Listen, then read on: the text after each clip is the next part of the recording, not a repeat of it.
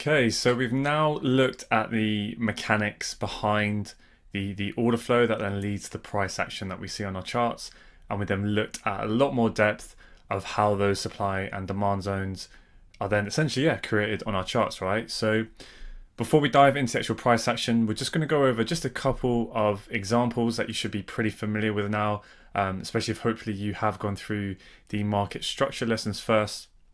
And essentially all we are now doing is building on those concepts, those theoretical concepts and examples by just overlaying what we now know about supply and demand. So we're going to go through these and then we'll then hop onto the actual charts in the next lesson, and we'll go through the price action and just apply the actual theory to the price action and show you how it works in reality. So very simply, we should be very familiar with this concept now, right? Price in a bullish trend makes higher highs and higher lows, right? We have the weak highs, so price in a bullish trend, we just expect that bullish order flow to continue, right, until it doesn't. That's the expectation of the order flow, right? So we make higher highs, higher lows, price falls back, it fails to take out the prior low, so then we expect that weak high to be taken, and then price forms a higher high, right? So how do we bring in supply and demand to this? Well, as I was saying right in the previous lesson, supply and demand zones are literally created everywhere. Every time there is a shift in price action, whether that's a range, then price breaks out, or whether it's just a pivot, just one candle, so on and so forth, right? And then price changes direction, there will be a supply zone within here. If you see price change direction here, there'll be a demand zone within here. But at the end of the last lesson, what did we look at? We looked at there being two main ways in which we can use to validate whether a zone will be strong or weak, right? So there's loads of things that we can use, loads of concepts to increase the probability of zones that we may want to build trade ideas around, or zones that we may directly want to enter on, right?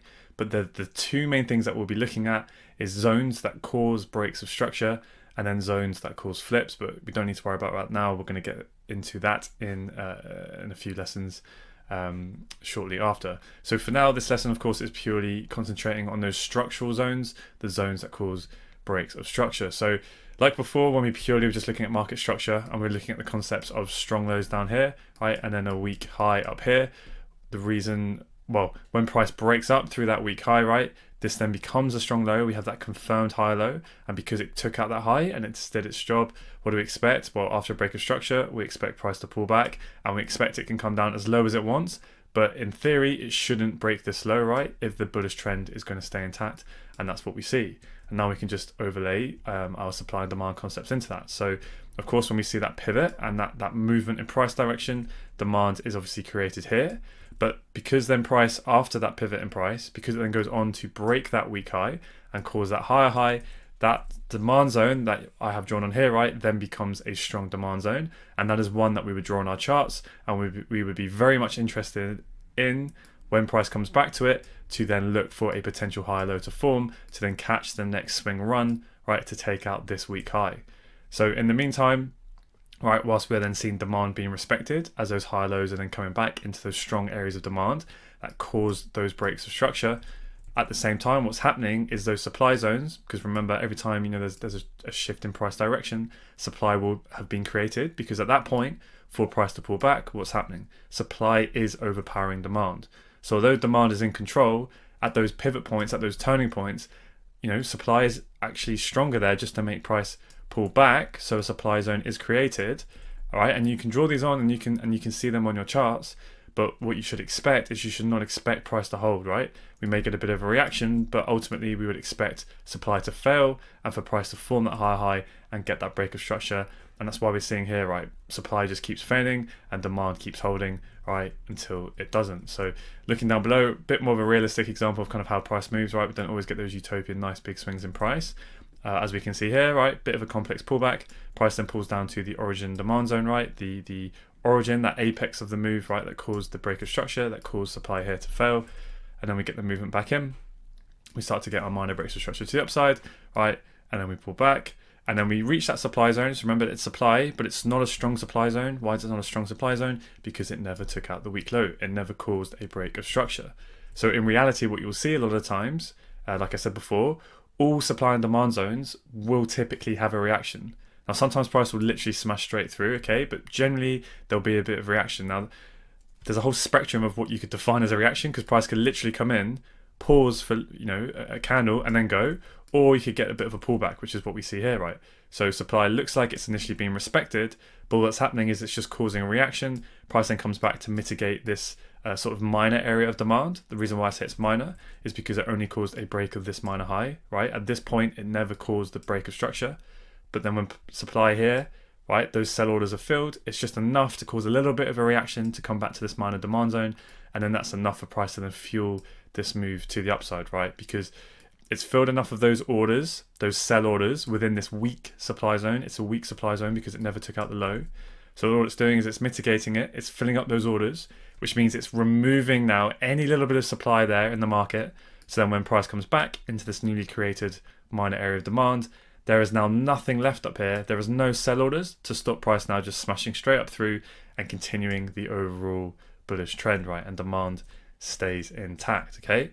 So then when price actually causes that break of structure, in reality in the market, there's generally more than sort of one demand zone in which you can mark on your charts, in which would be valid for price to come back to, because in this case, we have this initial demand zone, right, that caused that break of structure there. So that's definitely valid. And typically we call these the decisional demand zones, so ones that are higher up in the leg. But you would also have, if I just drag this across, you would have a valid demand zone down here, right? And this would be the origin, this would be the apex.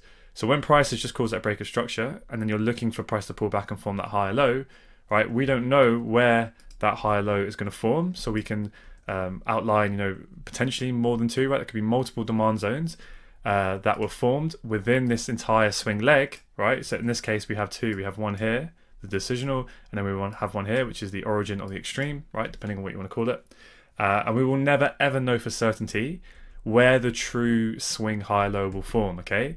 So we can do things to increase the probability of where price may pull back, right? We can overlay premium and discount, right, so on and so forth. We can start to use tools. We're going to look at other things, right, series of mitigations, liquidity and stuff, which we haven't really covered in too much depth just yet.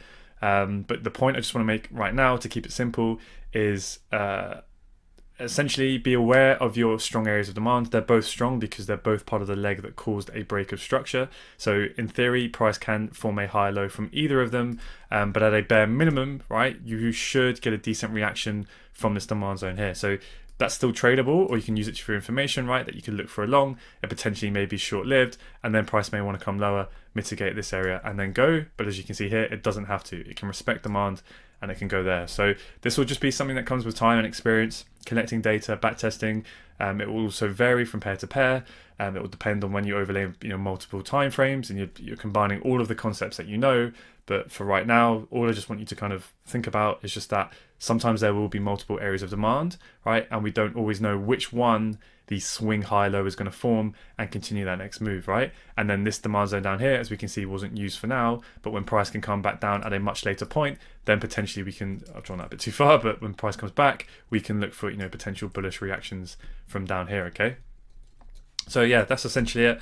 Purely just looking at it from, just market structure, from a very, very basic market structure standpoint, right? Just one time frame, overlaying those strong demand zones around those high lows, right? Because they cause those breaks of structure. And this is why, it's so important to get market structure correct first and have that really nailed down. And that's why we spent so long doing it, because if you start just drawing on, any old supply zone and demand zone, and then suddenly you're wondering why you're getting smashed all the time and they're not holding out, or the reactions are very small, well, it's all because of your market structure, right? And what did those supply zones actually cause? How significant are they?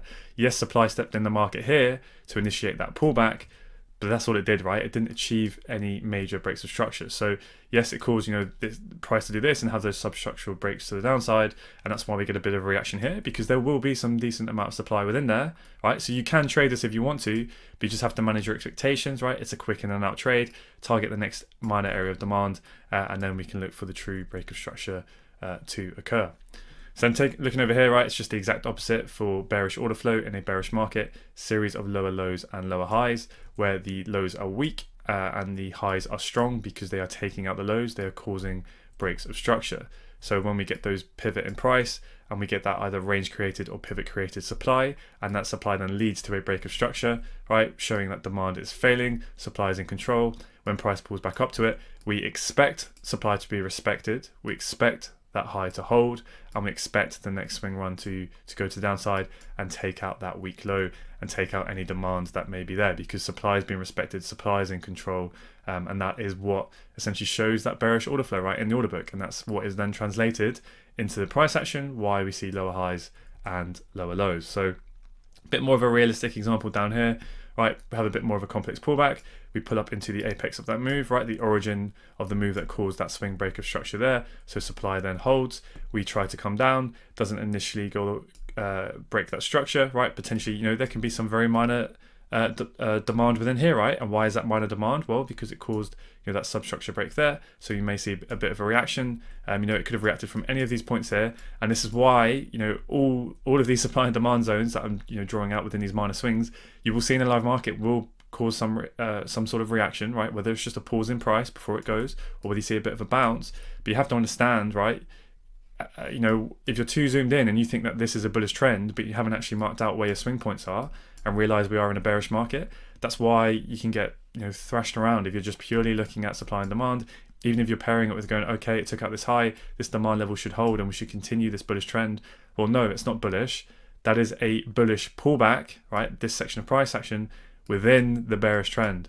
So once price has done its job, it's pulled back up into the premium, it's mitigated the strong supply zone, right, it's picked up all the fuel that it needs to then generate that next move to the downside, to get that next swing trend to the downside, right, to cause that break of structure, then all of these demand zones here are going to get smashed. Yes, there may be some tradable reactions from here that you may want to trade, but you just have to use that information to manage your expectations of which way price is going to go, because supply is in control here, not demand, and that's why we're seeing the swing lower highs and lower lows. Okay, so price comes down, potentially reacts from some very minor demand in here, it pulls back and then breaks that low there. So even though that's just a minor break of structure, price then comes down into the origin of this move here, right, the origin of the pullback, but it's still a weak demand zone because it never caused that swing break of structure, right, it only led to these internal breaks of structure, those minor substructure breaks, right.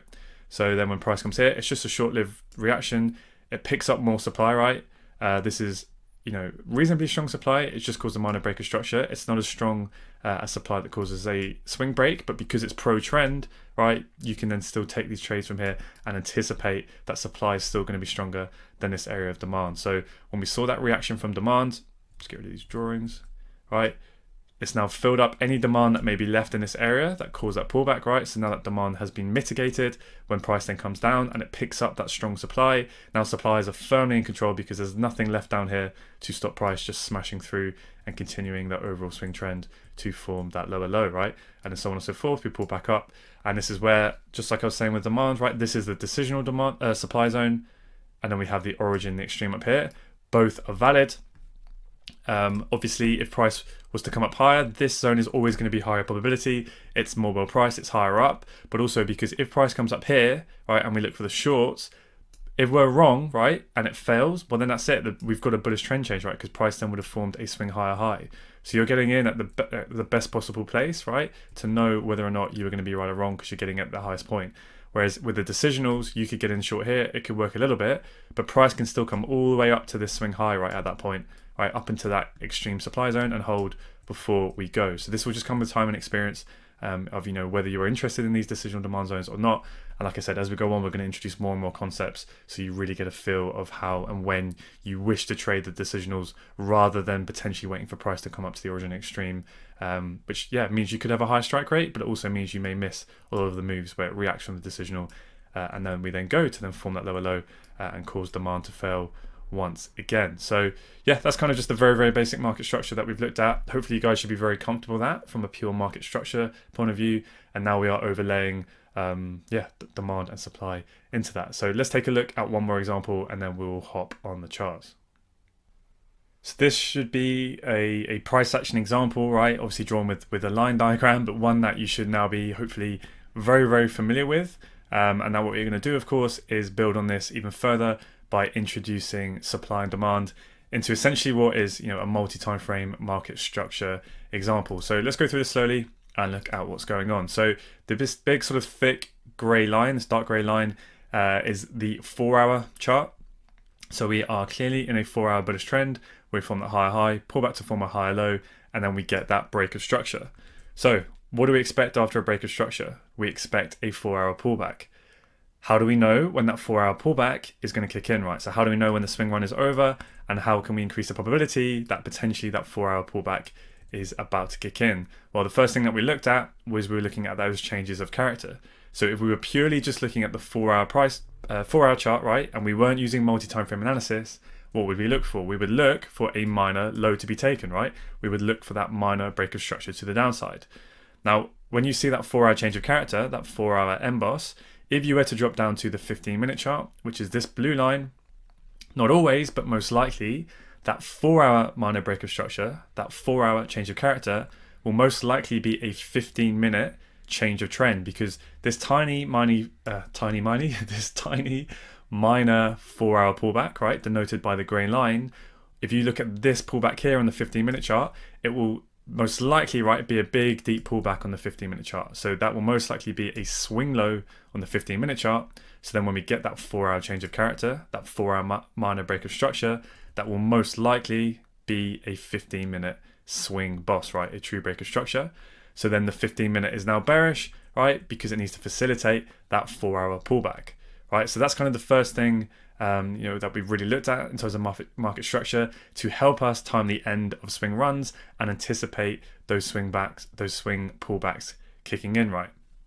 Now, what is the other thing that we can now introduce to our trading to help us anticipate not only ahead of time of how far this swing leg is likely to go and when the swing pullback is likely to kick in, but also give us a lot more confidence that when we do see that initial change of character, that it isn't a full signal that we are actually about to see that. Because of course we could take out that minor low, it can just be a liquidity grab, and straight away that swing run can continue to go, and then we get the true change of character, and then we get the true pullback. So what is that thing that we can use to help us increase the probability that this isn't a full signal, and how can we anticipate that ahead of time, to help us potentially with management if we're already in a position? Well, as I'm sure you've already guessed, we're going to use supply and demand. So just got these up here, which I'm going to drag and drop over. So in this case, right, we're looking at a 4-hour, bullish trend, right, with this big thick line. So very typically, what is most likely going to initiate a 4-hour pullback? Well, it's most likely going to be a 4-hour area of supply, right? A 4-hour or higher. So it could be a daily, a weekly, a monthly, right? They're the types of higher time frame zones, right? So the same time frame or higher for the 4-hour is most likely what is going to end the 4-hour bullish swing leg up, and then it mitigates that 4-hour area of supply. And because it's a 4-hour area of supply, that should be strong enough, right, to kick in a 4-hour pullback, right? And that is what we can then use to anticipate ahead of time, right? Because this would be from old price action onto the left, where potentially we had price trending down, and then this 4-hour zone, right, caused that swing low there, and this essentially would be an old 4-hour swing high that would then, it's still fresh, that we're drawing that across, and that is where there is still supply in the market for price to come up and mitigate and then kick that pullback, right? So that's essentially why I've got this drawn all the way off the chart. So again, just to go over that, 4 hours bullish, we get the break of structure, we expect a 4-hour pullback. How can we know that 4-hour pullback is about to kick in? We get a change of character or a lower time frame trend change, but we can anticipate where that is very likely to happen ahead of time by looking where there is an old supply zone that is still fresh, where there will likely be a lot of supply, old orders to be filled to initiate that pullback, right? So then we get that break of structure, and we can start looking to play that pullback if we wish to do so, right? How far can we target? We can target anywhere within this 4-hour discount, right? When we mark out the high to the low, we mark out the EQ of the range. Discount prices are where it's going to be highest probability that price will want to pull back to form the high low, right? But remember, it's probability, it does not have to pull back that far, which I'm sure you're all now very familiar with if you have done that testing, right, on the pair that you're looking at, where you've collected data on that now. So At this point, we've got our change of character, we're initiating the pullback. We can think we can target down to discount. That's pretty much all the things we've looked at so far. But what is another tool that we can use to potentially anticipate how far price may want to pull back? Well, we look at this fresh 4-hour demand zone down here, right? And we can anticipate that it's likely price is going to want to come down to pick up all of this demand. That did what? Why is it a strong demand zone? Because it led to that break of structure, right? It caused this bullish swing leg. So when we see that change of character, we can anticipate that price may want to pull down into the discount, right? This whole discounted range, and to mitigate this 4-hour area of demand to then kick in for that high low to get that next break of structure to the upside. So at this point, what we can then do is jump down to the 15-minute chart when we see that change of character, where potentially the 15-minute chart has now switched bearish. And what will most likely happen is you will see those 15-minute supply zones. So why is that a strong 15-minute supply zone? Well, because it caused that 15-minute swing low, right? To cause that 15-minute bearish trend change, then you see a series of mitigations, right? If you're looking on the 15-minute chart, you can see that at least from a 15-minute perspective, the 15-minute supply is in control, right? We're seeing a series of mitigations that are being respected. The 15-minute chart is making lower lows and lower highs, right? So you can potentially want to trade this. You can, put the premium discount on this M15 leg here, right? Wait for price to pull back up into the premium of that M15 leg, right? So you are trading pro the M15 bearish trend, right? Because the M15 is bearish, and you can look for these shorts. So it's pro M15, but you have to be aware of what? You have to be aware that the 4-hour is bullish. It's just a 4-hour pullback. So you have to manage your expectations of how far price is likely to go, even though it's pro M15 trend. Because at any point, the 4-hour could plant in a higher low, start to break to the upside, and then the M15 will switch bullish, okay? So, at a bare minimum, you can target this weak 15-minute low. Why? Because it never took out that strong M15 high, right? So that's kind of your minimum first target. Then you can start to target the EQ of the 4-hour leg, and then you can push it even further down into where you can see 4-hour areas of demand, okay? Now, when we get down here, right, and we start to get into the discount, you can anticipate, of course, that price does not have to pull all the way down to that origin or the extreme, remember, and we could start to go. So if you see price start to pivot to the upside and potentially, you draw on some demand, as you can get this to come across, right? Now you have to ask yourself, yes, you can see the candle and you can see there was a range or a pivot and price broke up to the upside. And yes, that is technically M15 demand. But is it strong or weak demand? Well, it didn't cause, on this example here, it didn't cause any break of structure, not even a minor break of structure. It didn't do anything, right? So when price comes back down, what are the probabilities, what are the odds that there is enough demand within here to continue that move to the upside? Well, it's pretty slim, so it's pretty likely to be a weak demand zone. So what I'm just going to do here is just kind of denote that by kind of drawing a hollow box, right? And then we can see that supply is still in control and it easily takes out that demand zone. We get another minor break of structure, right? And then we come down to the downside. So yes, in theory, because we have continued that move, right, we have created strong M15 supply here, right? Because what's happened is, purely from an M15 perspective, the bearish trend is intact. We've taken out this weak M15 low, right? That swing low. We've created a lower high that should in theory be an M15 strong lower high. So then when price comes back up to here, right, and it smashes straight up through, right, if you're not understanding all of these concepts, understanding multi-time frame market structure, understanding strong demand zones, understanding premium discount, you haven't realized that we're in the discount. We've mitigated strong 4-hour demand because this caused a break of structure. The higher time frame trend, right, the 4-hour trend is bullish. It's very likely the higher low is going to be intact, right, because it shouldn't breach this low here. But if you're just looking at the M15, looking at the M15 bearish trend, seeing there's a strong M15 supply zone, right, you're going to get smashed a lot of the time, not always, but most of the time, because 4-hour overpowers M15, right? The amount of demand and orders within here, nested within this area of price action that led to a 4-hour break of structure, is going to be much stronger than the amount of supply that it took just to break this weak M15 low, okay? So that's why price may come up and it may react initially, but ultimately we can expect price to smash up, right? And go there to the upside. So let's get rid of these orange drawings. So now what do we have that M15 change of character, right? Which then from a market structure standpoint can indicate or give us more probability that that 4-hour high low may be in place, especially now as it has mitigated that extreme area of demand, right? It's all systems go now to start to anticipate that that 4-hour high low may be in place. So we don't just want to buy straight away. Of course we can, but we want to increase our accuracy, increase our strike rate, and increase our reward to risk ratios. So what do? We can jump down to the M1 time frame, because we are anticipating what? We're anticipating that M15 pullback, and we want to catch the M15 high low, right? We want to see that M15 low is not breached, and we want to see a higher low, and that's what we want to trade. So we can mark out, right, the EQ of this leg here, wait for price to pull back into the discount, but we don't just want to buy there straight away. What do we want to do? Well, what we did before is we waited for the M1 to switch bullish, right? We waited for that M1 change of character to the upside, right, to indicate that now potentially, because the M1 has started to switch bullish, then the M15 high low may be in place and it's in the discount. What's the next tool that we now know that we can use to increase the probability?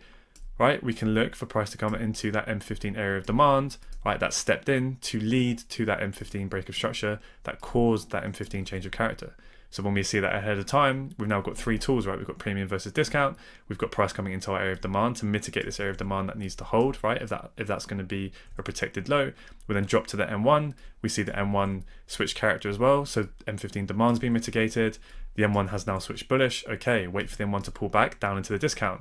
But what else can we use on the M1? We can then use the strong M1 demand, right? That led to the M1 break of structure, that led to the M1 change of character. That's in the origin or the extreme of the move, that's sitting in a discount, and then boom, this is where we can get long and we can enter, and we've used all of that confluence across multiple time frames to then get long, and then we can target that weak 4-hour high, right? So, you know, in theory, there may be some, if I draw it on right, there may be, you know, an area of 4-hour supply up here that's potentially still fresh, right? Because it did still cause that pivot, it caused that minor breaker structure here, it did initiate that pullback.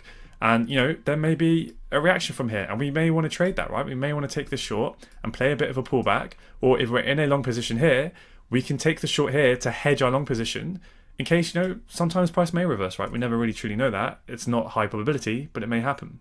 But ultimately, we should expect that it may just cause a reaction. It may just fill up some demand, right, that was created on the way up, and then ultimately that weak high should go, because price has done everything it needs to do down here if the 4-hour bullish trend long term is going to continue. But yeah, hopefully you guys, you know, should be pretty familiar with this kind of overall price action model here that we've been looking at. But all we've now done is just overlay supply and demand zones in there across multiple time frames to help not only help us initiate ahead of time how far price is likely to go, but then also when price is in here and we start to see those signals, right, with changes of character and breaks of structure, it can increase the probability that this wasn't a fake, a fake signal, right? And then price can keep going higher, right? Because it's mitigated a strong area of supply. So it increases the probability, right? It's not a guarantee, it's not a certainty, increases the probability that we can now look to either play those counter trend shorts or, you know, manage any positions if we're already in long from down here. So hopefully you can now see how all of these pieces of the puzzle,